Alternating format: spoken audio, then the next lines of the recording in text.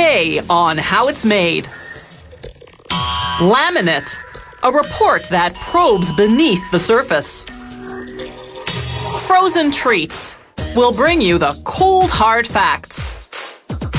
Children's building blocks, from automated production to manual construction.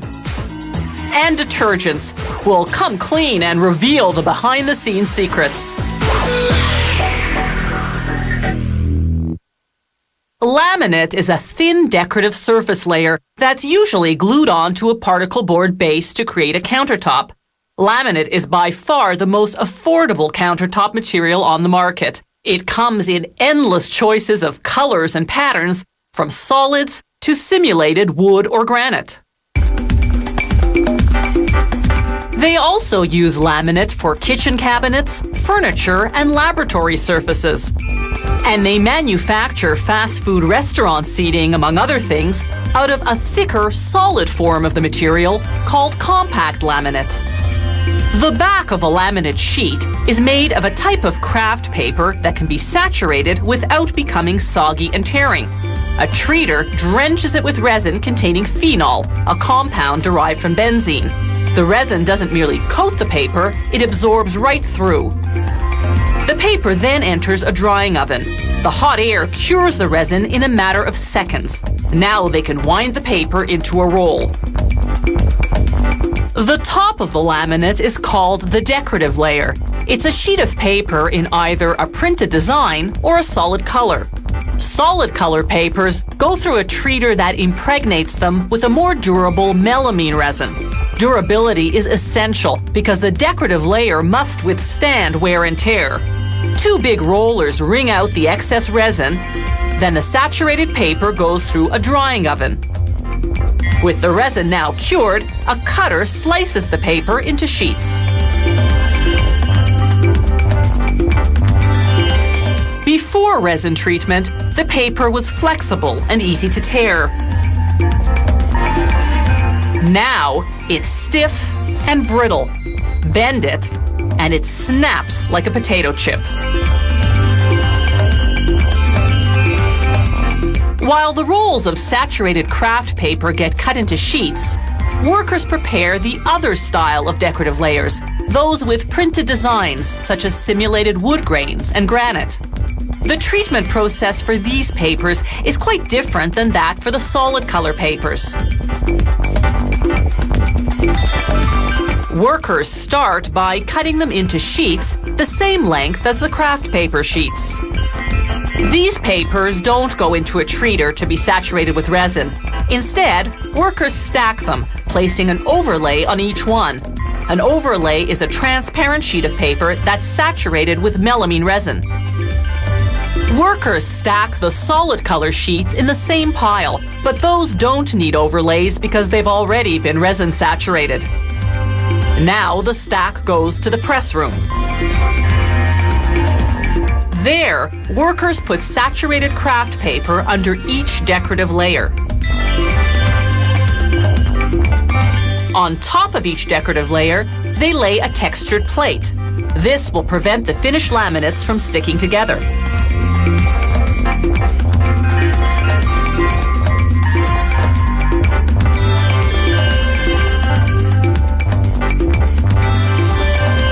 Everything now goes into a press. The intense heat and pressure compress the layers. The overlays bond to the printed papers, and the saturated craft paper bonds to each decorative layer, creating laminate sheets. The textured plates between each set, meanwhile, imprint their pattern onto the heat-softened resin, texturing the laminate surface. The laminates come out of the press fully cured.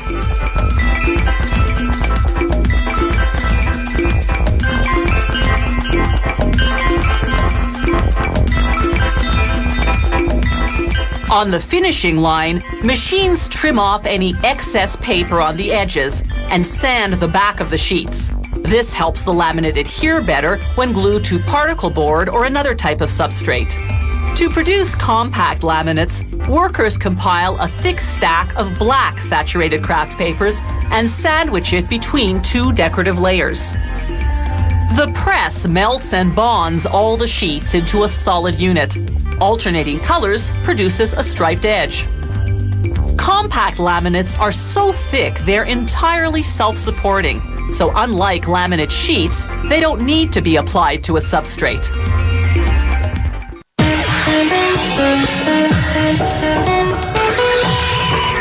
On a sweltering summer day, a frozen treat sure hits the spot. Eating a fruit bar, fudge bar, or ice cream bar, though, requires a certain strategy.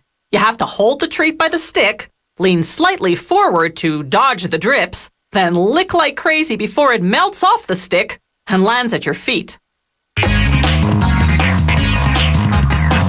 The outer shell of these cream pops starts with a transparent base made of water, liquid sugar, corn syrup, citric acid, and a stabilizer. It travels to 3 separate compartment vats, each of which mixes in a different coloring and flavoring. This company produces 3 flavors of cream pops: strawberry, orange, and blue raspberry. Each compartment vat pumps its flavor to a machine called the filling hopper. The hopper injects the liquid into row upon row of 60 milliliter pop-shaped molds. This production line has 340 molds in continuous motion. The molds descend into a tank of brine, water chilled to minus 35 degrees Celsius, mixed with calcium. Calcium works like antifreeze, keeping the water liquid despite the below freezing temperature. As the molds travel through the ice-cold brine, the liquid freezes from the outside inward, creating a shell that will encase the Pop's ice cream filling. Once the shell is 3 millimeters thick, a machine called a suction evacuator removes the unfrozen liquid and feeds it back to the filling hopper to be re-injected at the start of the line.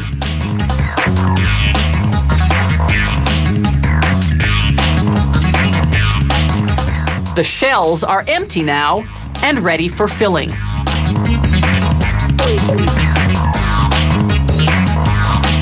The ice cream filling is made of various milk products blended with liquid cane sugar, corn syrup, stabilizers, and emulsifiers to puff up the consistency. The factory pasteurizes the mixture, heating it for 35 seconds at 80 degrees Celsius, then freezing it. Then it homogenizes the filling, skimming off the milk fat that rises to the surface. The shells are still floating in brine as they reach the filling station. The machine shoots in the ice cream, overfilling the shell a bit to create a 1 centimeter cap.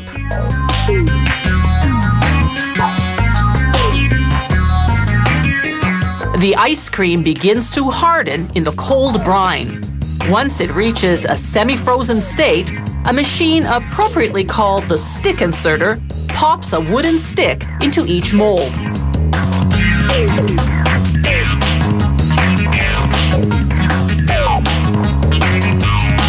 Now the molds leave the brine and enter a tank of warm water, 24 degrees Celsius, hot enough to detach the cream pops from the molds without melting them in the process. From initial injection to final extraction, it's been 7 minutes.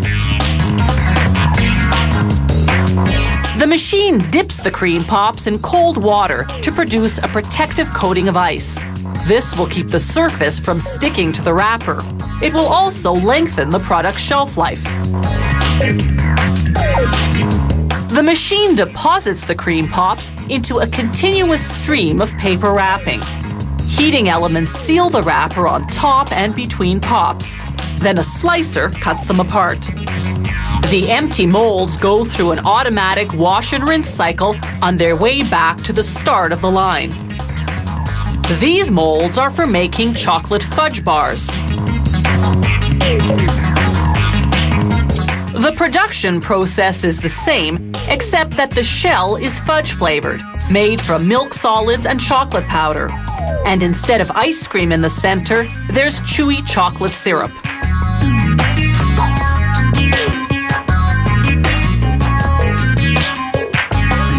The factory stamps the packaging for all its frozen treats with the production date and other information. These frozen treats have a 1-year shelf life in the freezer, provided you maintain the temperature at an ideal minus 25 degrees Celsius.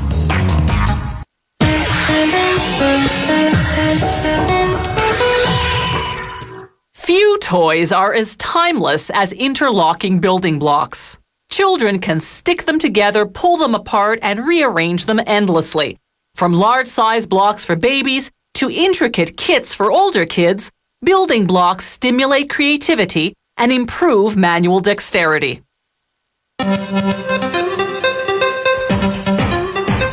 This company makes plastic building blocks.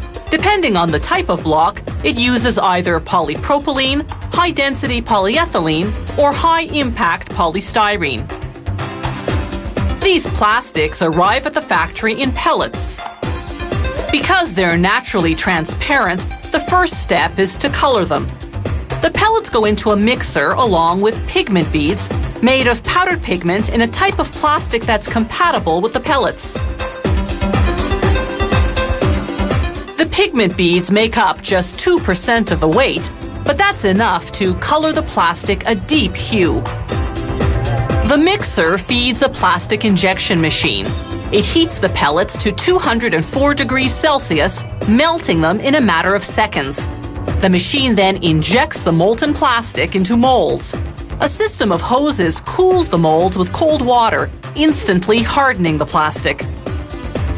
When the machine opens, ejectors thrust the blocks to a conveyor belt below. For these blocks, the entire cycle from start to finish takes just 14 seconds. The length of the cycle varies with the size of the block. This large school bus, for example, requires more plastic, so injection molding takes 22 seconds. The wheels for the bus take 20 seconds.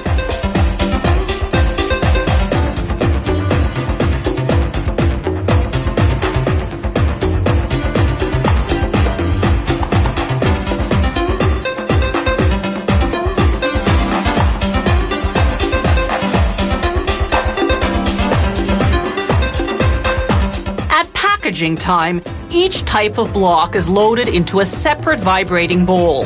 The shaking separates the pieces, enabling them to pass by an optical counter one by one. This automated counting equipment can tally up to 16 different types of blocks at a time. It can be programmed to assemble a kit consisting of specific quantities of certain blocks.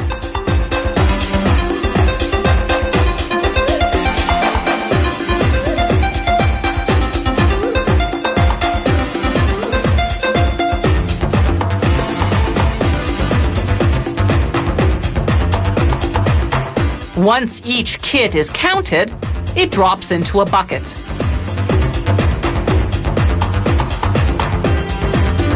The factory also makes the buckets by plastic injection molding, and it even incorporates the labeling right into that process. Here's how it all works. A robot takes 2 labels, one for the front of the bucket and one for the back. It passes a static generator that charges them with static electricity. Then it loads the 2 labels into the mold. The static cling holds them in a flat position while the machine injects the plastic and molds the bucket.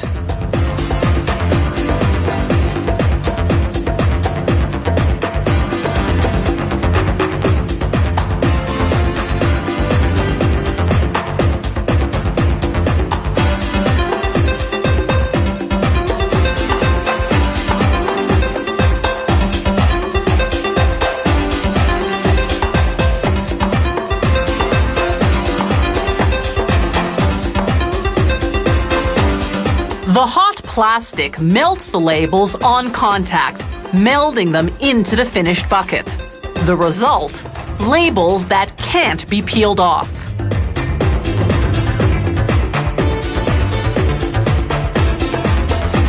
The factory produces large blocks from polypropylene or high-density polyethylene, which are flexible plastics.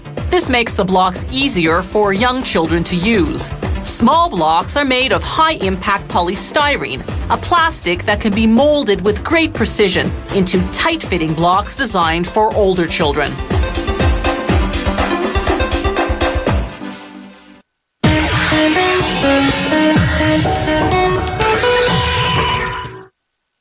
Just walk down the aisle of your local supermarket and you'll see shelves upon shelves of soaps and detergents. With so many versions of each product to choose from extra strength to antibacterial to lemon fresh scent, consumers aren't the only ones cleaning up.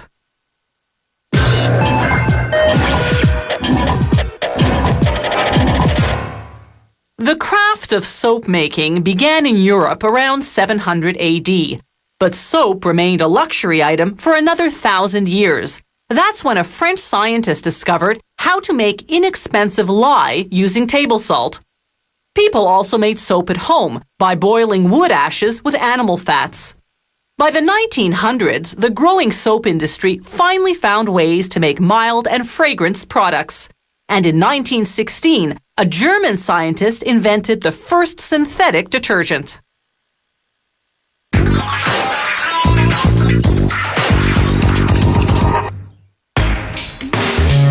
This company produces mostly industrial-use detergents, liquid and powdered. It uses salt as a filler in the powdered ones. Fillers add volume, making a product less concentrated. This will be a powdered detergent for cleaning and degreasing cement floors. They add colorant, then surfactant, a substance that creates foam, the vehicle for lifting away dirt. Now they pour in pine oil, a disinfecting agent that also adds fragrance. Now, the cleaning agent, the chemical sodium tripolyphosphate. It's essential to mix all the ingredients thoroughly. This ensures the chemicals are evenly distributed throughout the cleaner. The last ingredient is a chemical called sodium metasilicate. It boosts the mixture's alkaline level. This particular cleaner needs high alkalinity to be effective. The factory packages its powdered cleaners, such as this laundry soap, in large plastic buckets. Automated equipment weighs, then pours in the appropriate amount, capping the container tightly to prevent leaks. The filler in liquid cleaning products is water. To produce liquid hand soap, they first add citric acid. This creates the mild acidity needed to get the most out of the surfactants. This soap contains 3 different types of surfactants, a specific formulation designed by the company chemists to optimize the soap's cleaning power. To give the soap a pearl luster, the company uses this secret recipe of chemicals.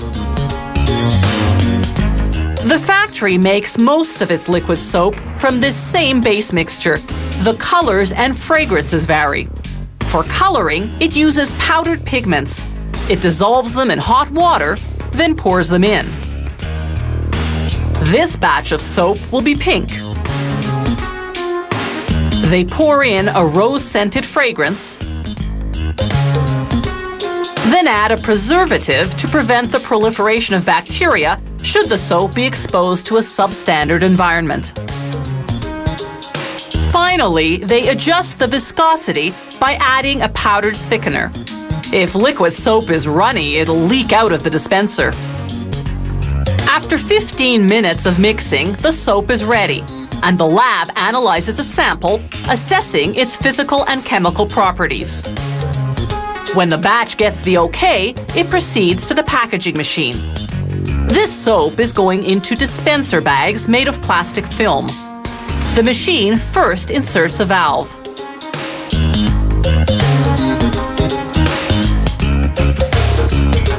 It heat seals the film, forming the bottom of the bag. Then it injects 800 milliliters of soap. Next, it simultaneously heat seals the top of the bag and the bottom of the next one. It cuts them apart, releasing the finished bag to a conveyor belt below. After checking for leaks, workers insert a spout that controls output from the valve. This ensures the dispenser will release only a few grams of soap per push. Elsewhere in the factory, an automated machine called the pressure filler pumps dishwashing liquid into plastic bottles. An overflow and weight control device ensures the right fill level.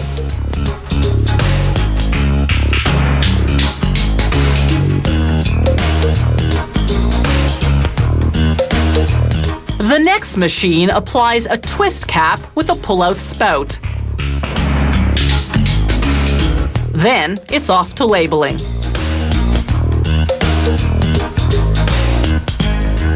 Those bags of liquid hand soap, meanwhile, went into special boxes that are designed to slip right into the soap dispenser.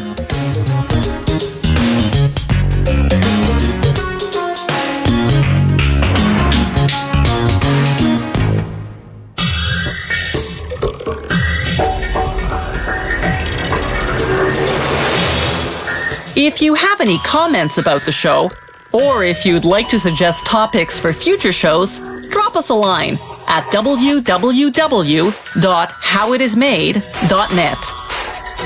The How It's Made crew vehicle is courtesy of Subaru Canada.